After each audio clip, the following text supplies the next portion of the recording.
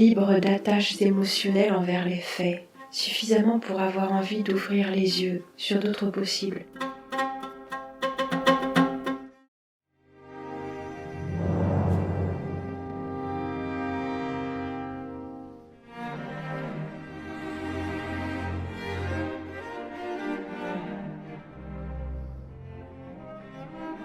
Laideur obligatoire.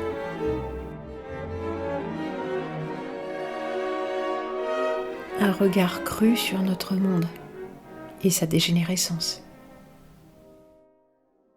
À de nombreuses reprises, nous avons parlé du travail à l'ancienne, du travail fait de main d'homme, du travail fait par une personne, selon sa sensibilité et sa compétence, s'opposant à une normalisation à outrance, qui est évidemment le corollaire d'une société industrialisée à outrance.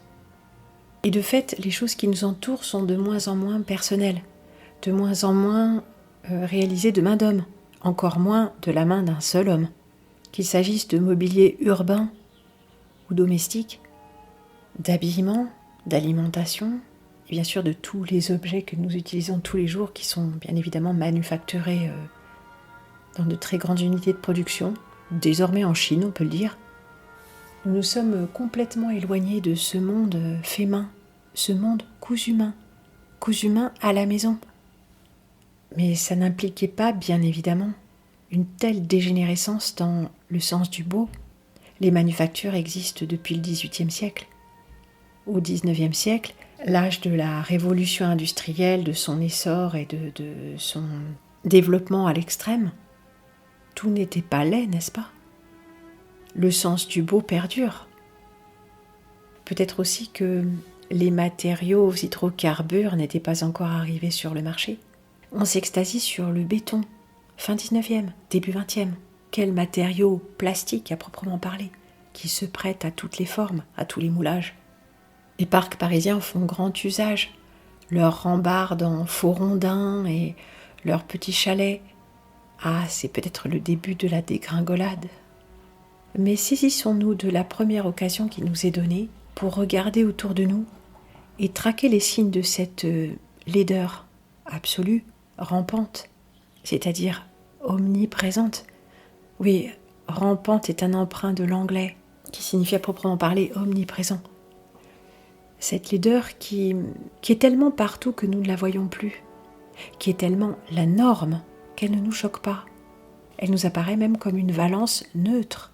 La signalisation routière, que ce soit sous forme de marquage au sol ou de panneaux, le type de construction dans lequel nous allons nous ravitailler, en alimentation, en habillement ou en équipement divers, les parkings où nous garons notre véhicule, moche lui aussi, pour aller justement nous ravitailler, et tous les équipements fixes ou mobiles qui se rapportent à ces infrastructures, tout est d'une laideur absolument consommée.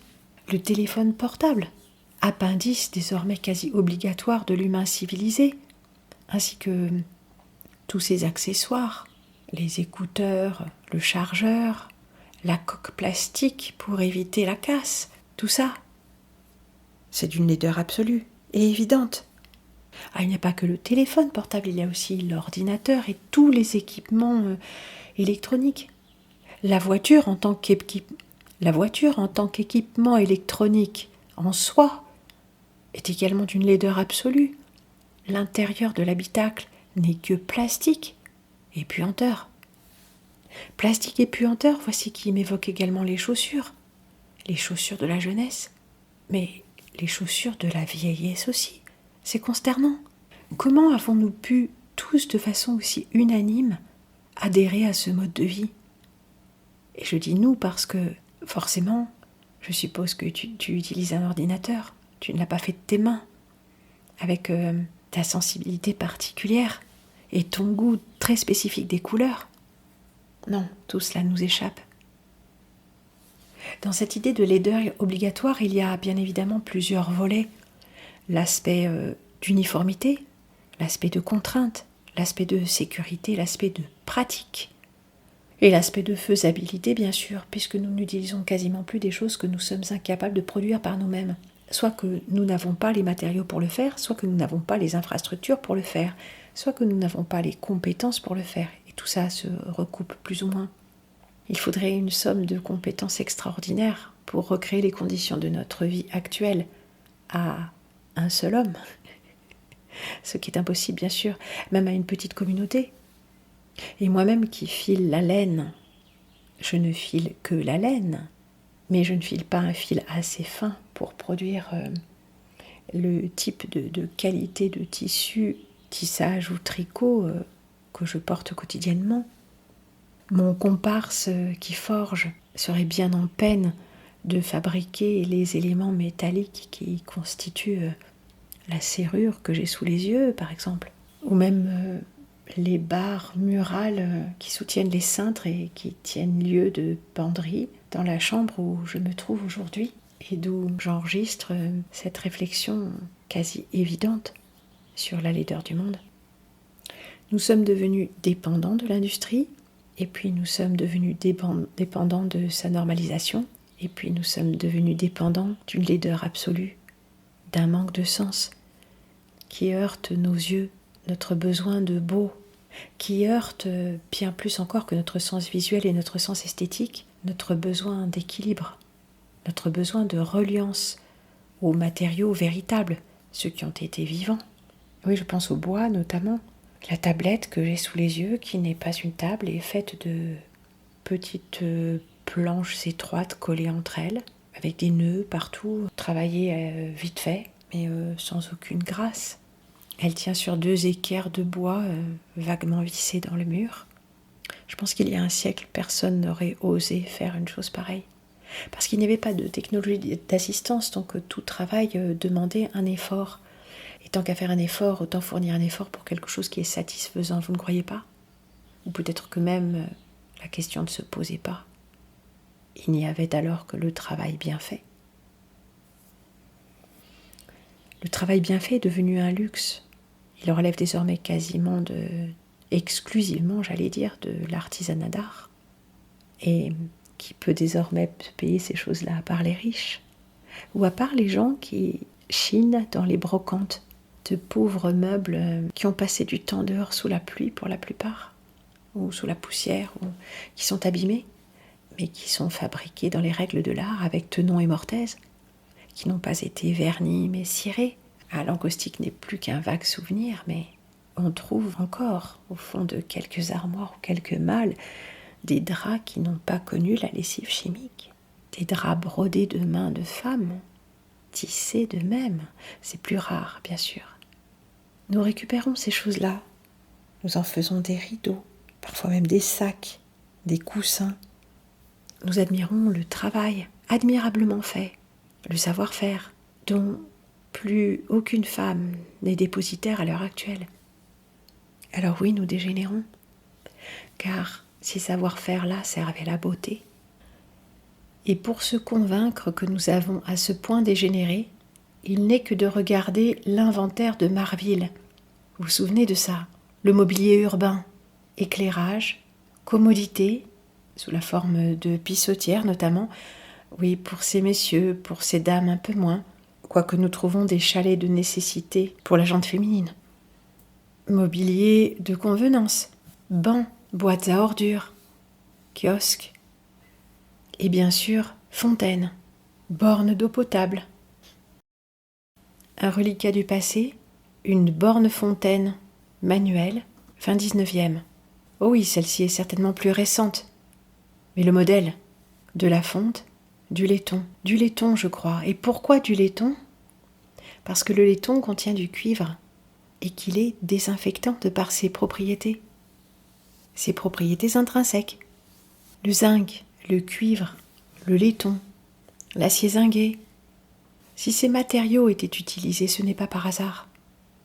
Ils étaient utilisés spécifiquement pour les poignées de porte, le bouton des manivelles diverses, notamment les fontaines. Alors là, oui, l'alliage, si j'ose dire, l'alliance de ces différents matériaux en fonction de leur usage sert un propos à la fois de sécurité, d'hygiène, de beauté, de sens pratique parce qu'ils sont solides, et d'esthétique bien évidemment.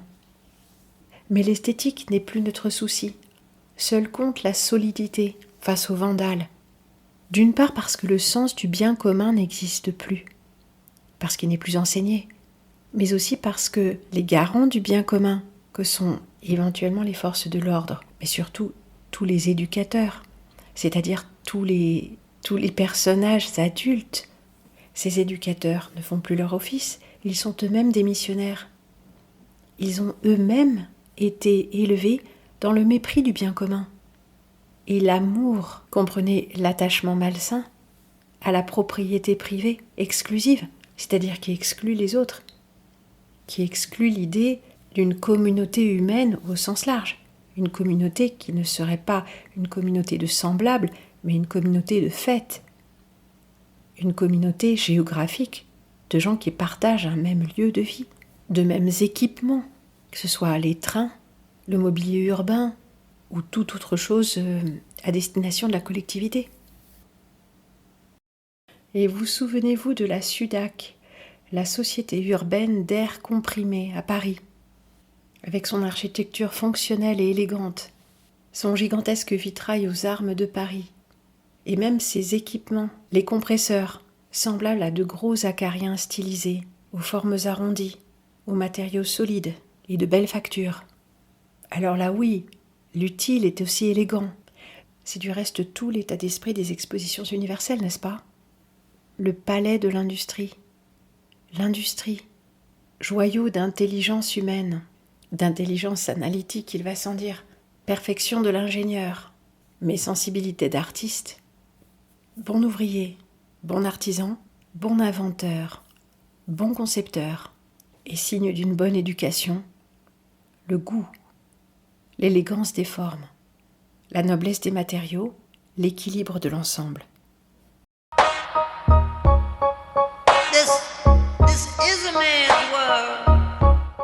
Oui, Notre-Dame du travail de Plaisance évoque plutôt la navigation de Plaisance, mais c'est Notre-Dame du travail, une dégénérescence de l'art architectural, poutrelles d'acier au lieu de la construction de pierre et de bois, ou bien des savoir-faire réels, de véritables matériaux, de véritables compétences d'ouvriers. C'est selon, bien sûr, puisque l'involution est un parcours, un processus. Ici, ce ne sont pas des fresques, mais des pochoirs. Cependant, l'ensemble est élégant, équilibré, clair. Mais aventurons-nous dans la ville.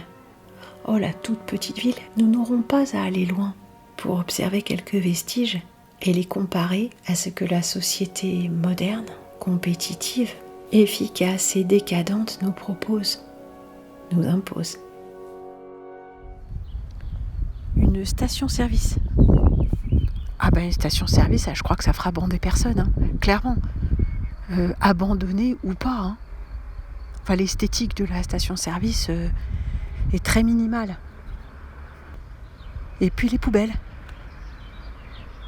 Recyclage obligatoire.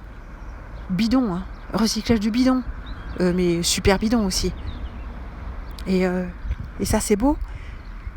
Bon, il y a des endroits où ils ont réussi à les mettre de niveau sur une dalle, mais sinon, les trucs sont posés à la bancale. Enfin, ça pourrait difficilement être pire. Hein. Quant aux véhicules de service, que ce soit les réseaux, eau, gaz, électricité, aménagement, voirie, et même les véhicules de police, de gendarmerie, leur couleur de fond, leur bariolage, et même jusqu'à leur forme. Ne dirait-on pas des jouets d'enfants, aux couleurs criardes, au dessin, au design compliqué. Oui, design évoque en français plus le dessin que la conception. En anglais, c'est plutôt l'activité de création qui est désignée sous le vocable de design. Les formes même les font ressembler à des jouets d'enfants. arrondi ou bêtement carré, carré arrondi. Il y a pas mal de véhicules, on ne sait même pas où est la TTT, où est le cucu. Hein. Exactement comme ces petits jouets qu'on trouve dans les supermarchés. C'est même plus des voitures à pédales, tiens, on s'assied dessus, on patine, ça ressemble à une chenille. Eh bien, les vrais véhicules commencent à ressembler aux jouets qui ne ressemblent plus aux véhicules. Si j'ose dire.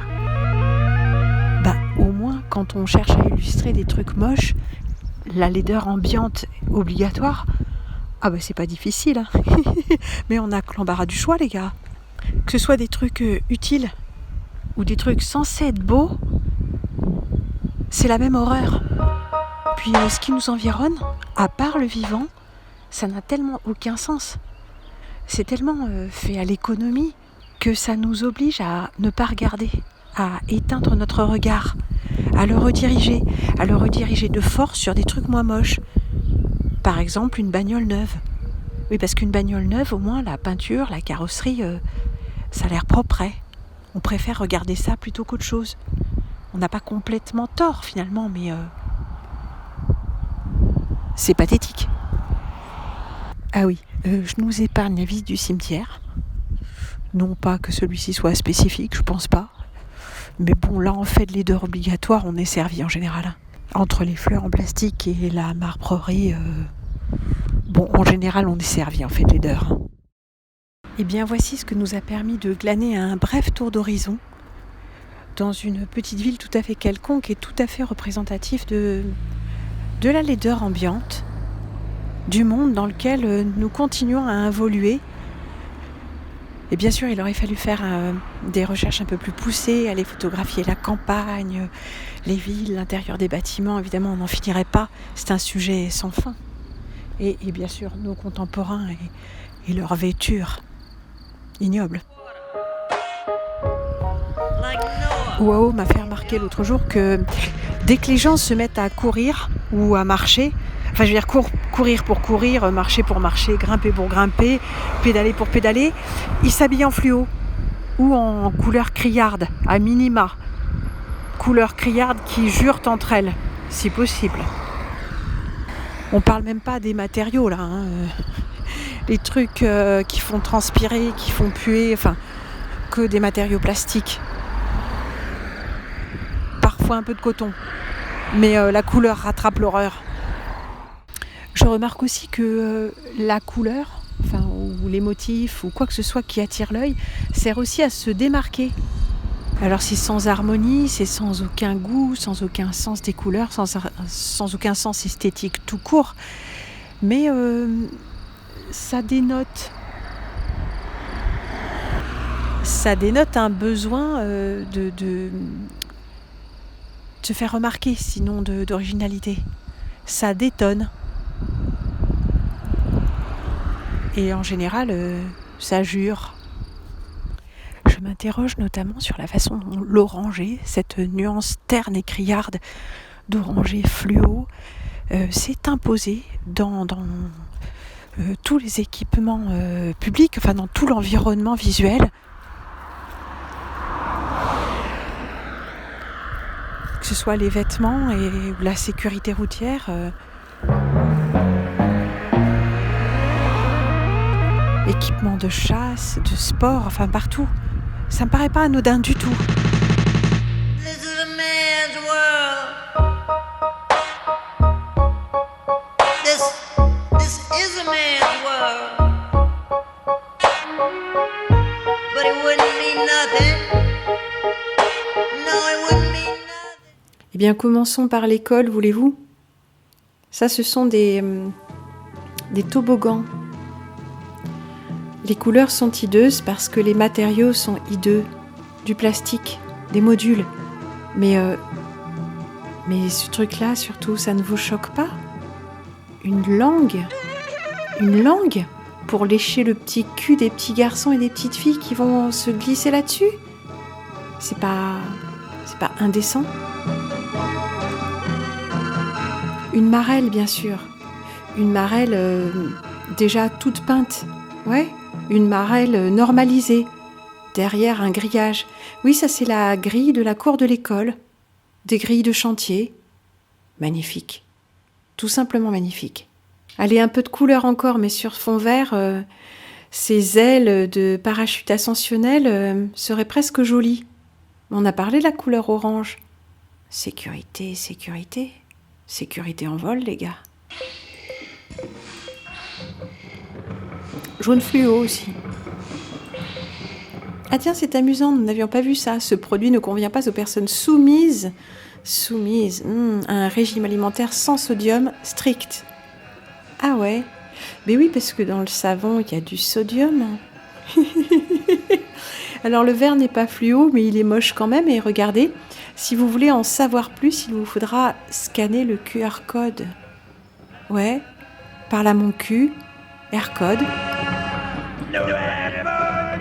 Ah, ça c'est une des couvertures de l'hôtel où j'étais. Bah oui, avant c'était des couvertures. Maintenant c'est de la maille polaire, c'est-à-dire plus ou moins du polypropylène, ou je ne sais plus exactement à partir de quoi c'est fait. C'est-à-dire c'est plus un matériau noble, plastique obligatoire. Ah, la couleur n'est pas franchement laide, mais le toucher très désagréable. Enfin, il y a des tas de gens qui aiment ça, hein. Tous ceux qui font du sport notamment. Ah, boîte aux lettres. Boîte aux lettres normalisée. Vous souvient-il du temps où les boîtes aux lettres n'étaient pas normalisées ? Mais si je regarde derrière, un de ces fameux petits véhicules rouges pompiers, bariolés de jaune fluo, nous n'y couperons pas. À côté des poubelles, un abri à chariot de supermarché. Ne nous plaignons pas, ceux-ci sont en métal et pas tout plastique. Bienvenue chez eux, les gars. Je voulais vous parler un petit peu de la peinture en lettres. La peinture en lettres, c'est comme ça qu'avant on faisait les enseignes. C'était des peintres.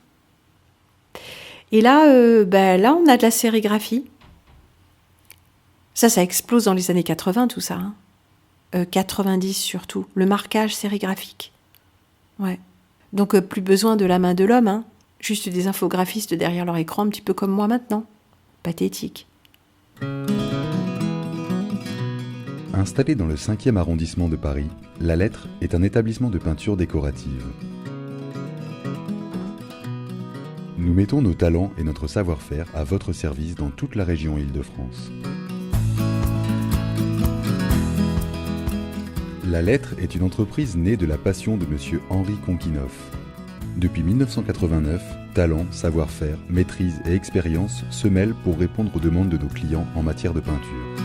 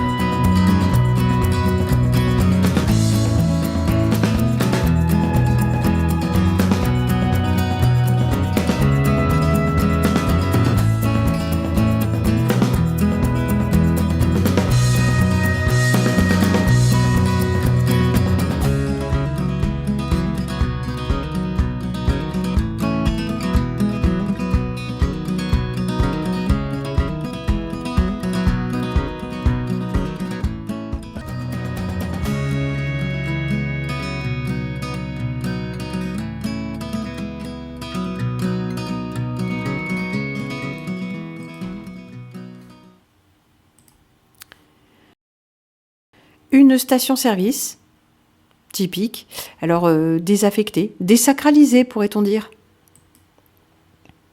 Et ça c'est un petit vestige du passé, un garde-corps, j'allais dire une rambarde, un garde-corps techniquement. Ça c'est pas très ancien. Et une charpente métallique plus récente, ça va être recouvert de tout un tas de matériaux, vraisemblablement des tôles pour le toit et puis dans le meilleur des cas, des tôles pour les murs.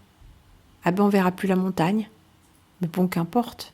Il faut bien des supermarchés, il faut que les gens vivent, les gars. Ah, je voulais vous parler de ces fameuses barrières, là, comme on a vu devant l'école.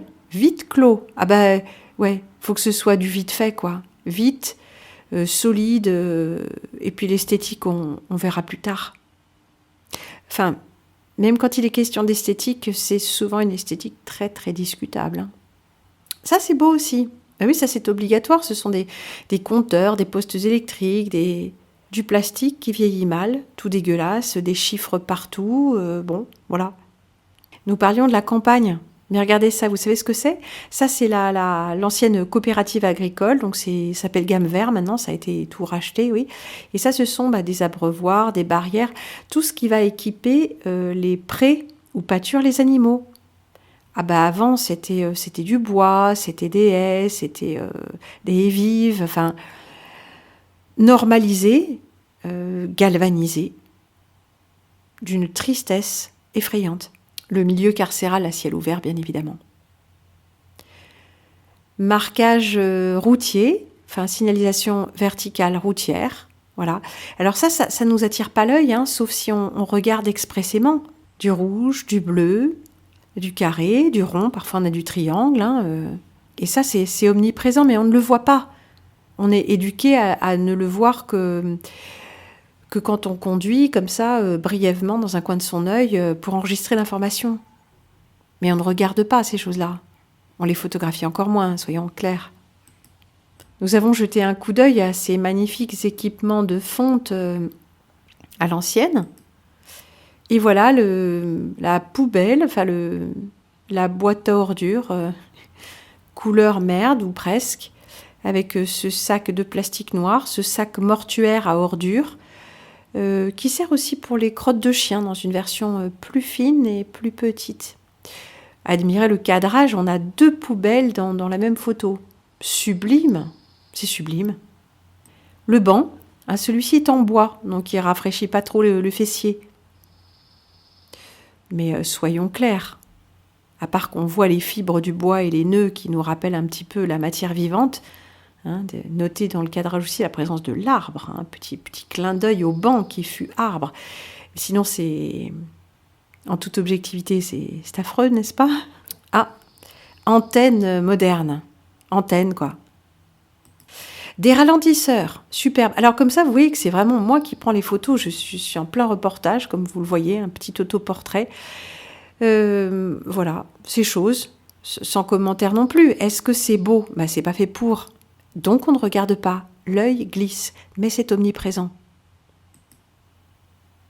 Un équipement un peu plus ancien. Est-ce qu'on peut dire que ça, c'est beau? Regardons quelque chose de joli. Enfin, c'est du faux, bien sûr, parce que c'est de la peinture. Mais c'est très bien fait. C'est le chardon, ça c'est typique de la fin 19e, début 20e.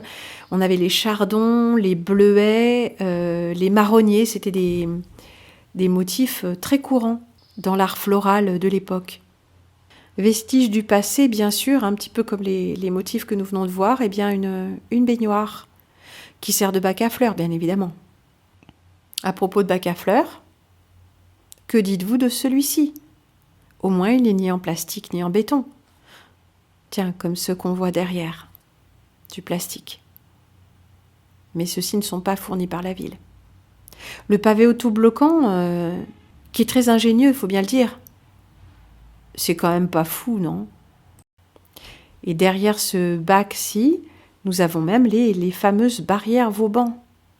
Équipement urbain, s'il en est. Ah, voilà, de la pierre. On voit la marque du ciseau à multipointe, là. Et puis, ça, qu'est-ce que c'est? C'est du bronze. Donc, information cuivre à transmettre à l'eau. Un dragon. Une chimère, un hybride, Qu'est-ce que c'est déjà, ça? Un griffon? Un dauphin. Oui, je sais, ça ressemble pas à ça, un dauphin, mais à l'époque, les dauphins, on les représentait encore comme ça. Le dauphin classique. 18e, 17e, 18e. Bois, métal, de la belle ouvrage, et puis on voit les ajouts successifs de poignées, de verrous. Il a fallu découper la cornière, enfin vandaliser d'une certaine manière. Gravé de main d'homme dans la pierre? Peut-être, peut-être. Qu'en pensez-vous? Alors, utile, bien sûr, le plastique, c'est fantastique. Des petites cloches à salade ou à tomate, je suppose. Bah oui, c'est pratique, mais qu'est-ce que vous voulez? Fut un temps, ça aurait été des cloches en verre, tout ça. Alors là, je vous dis pas, c'était beaucoup plus joli. Imaginez aussi un grillage qui ne serait pas ce grillage ignoble d'avant-plan, mais quelque chose de beau. Mais le beau est loin, n'est-ce pas? Alors ça, ce sont des ambulances, des carriages d'ambulances. Voilà, que dire de l'ensemble? Carré, fonctionnel. Est-ce que quand on se promène dans une rue comme celle-là, est-ce que ça met de l'ambiance, ça? Franchement. Comparé à des choses comme celle-ci. Des détails de ferronnerie, de menuiserie. Outragé par le temps et pas du tout entretenu. Hein. Tout le monde semble fou. Voilà de la signalisation, alors plus ancienne. Pour ceux qui s'en souviennent de tous ces panneaux-là, on trouvait ça, oui, dans les années 70, 60-70, je suppose. Il y a un effet de relief, et puis c'est un lettrage classique. Et ça nous rappelle un peu une époque où les choses étaient quand même plus ouvragées et plus soignées. Petite ironie, bien sûr, nous avons derrière un mur en parpaing, oui, pour isoler la propriété de la route. Et un autre modèle de poubelle, également avec un QR code. Ça, c'est un QR code militant pour sauver les chemins de fer de Provence. Donc c'est de l'autocollant, de l'autocollage sauvage, militant. Et derrière, nous avons encore un de ces fameux panneaux sérigraphiés, aux couleurs criardes, bien voyants. Et un autre modèle de banc. Alors celui-ci, il est un petit peu plus élégant, un petit peu plus classique dans sa forme, bois et métal. Celui-ci a l'air d'être fortement inusité. Hein. Ça a son charme aussi. Voilà, équipement électrique en cours de réparation, allez savoir. Donc c'est rouge parce qu'il y a des codes de couleur, et puis le scotch orange pour fixer le tout, au poteau de béton, que des matériaux nobles. Alors ça, chers amis, on vient de le voir un petit peu plus tôt, le grand hôtel avec ses 2 ailes. Oui, ces 2 ailes, ces trucs-là. Alors pareil, en bas, bon, il est abandonné pour que les gens n'y rentrent pas. Il y a des murs de parpaing, des murs aveugles en bas. Les 2 ailes de l'hôtel, et puis l'entrée. Alors regardez, ça aussi c'est nouveau, c'est un truc qui est très à la mode. Des espèces de barrières, parfois même de bandes, comme ça, ce sont des cailloux emprisonnés dans du grillage. Il fallait le trouver. Ouais, ça doit être le truc qui coûte le moins cher, je suppose. Et puis ces intestins éviscérés, toutes ces gaines, d'une tristesse forcément. Et regardez, s'il vous plaît, les jolies ferronneries qui devaient supporter des enseignes. Bah, c'est quand même joli, ça. Voûtes en plein cintre, tout ça. On voit différentes strates de dégénérescence architecturale. Ah, la gare. Alors celle-ci, elle est en réfection. Elles sont toutes en réfection sur la ligne. Bah, ça va être joli, ça c'est vraiment grand siècle, hein, avec les angles en briques et pierres, enfin toutes ces couleurs traditionnelles, typiques. Signalisation actuelle, du ruban, comment ça s'appelle déjà balise, là, rubalise. Rubalise, les amis. Ruban, balise. Très joli. Tout l'ensemble de ce panneau, d'ailleurs, gueusé avec un support, je ne sais pas, plastique béton au sol, un petit ruban décoratif pour signaler, hein, de façon de couleur, et puis ce carré de ferraille, et puis voilà, vissé dessus un panonceau de plastoc. On a un petit bout de gaine orange, texturé. Ah, la composition de cette photo m'époustoufle. Magnifique, magnifique. Que des belles choses. Ah, le pont des chemins de fer. Alors, quand on pense au pont Eiffel ou choses comme ça, on est quand même confondu par la laideur. Et nous retrouvons cette couleur orange, rouge orangé, lisse safranée des montagnes, sur ce banc. J'ai pas résisté non plus à prendre ce détail. Voici la façon dont les poteaux sont fixés au sol. Déjà, on peut trébucher. Ensuite, on voit que voilà, tout est fait pour le côté pratique. Des vis, des boulons, et puis des vis, des boulons, et puis de l'alu. Mais est-ce que ça fait rêver, par exemple, de regarder ça ? Si on en fait une très belle photo en noir et blanc, oui, ça peut aller, mais en soi, franchement. Si on compare, par exemple, avec ce genre de choses, des éléments décoratifs.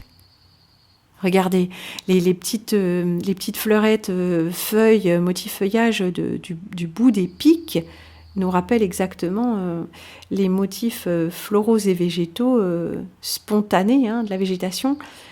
Et puis comme ce sont des matériaux, des vrais matériaux, comme le métal avec la peinture, et la rouille transparaît sous la couleur de peinture, et on a quelque chose de patiné, d'organique, de vivant, de touchant, je dirais. Nous parlions des voitures. Voilà, petit tour sur le parking. Voiture jouet, prétentieuse. Ah, ça, j'ai pas résisté non plus, c'est la trésorerie, les finances. Regardez, c'est des bâtiments de béton, ils sont toujours moches, toujours. Et dans le même style. Ah, puis ça, c'est un petit bonbon, c'est pour se faire plaisir. Dans le côté vraiment tape à l'œil, criard et agressif.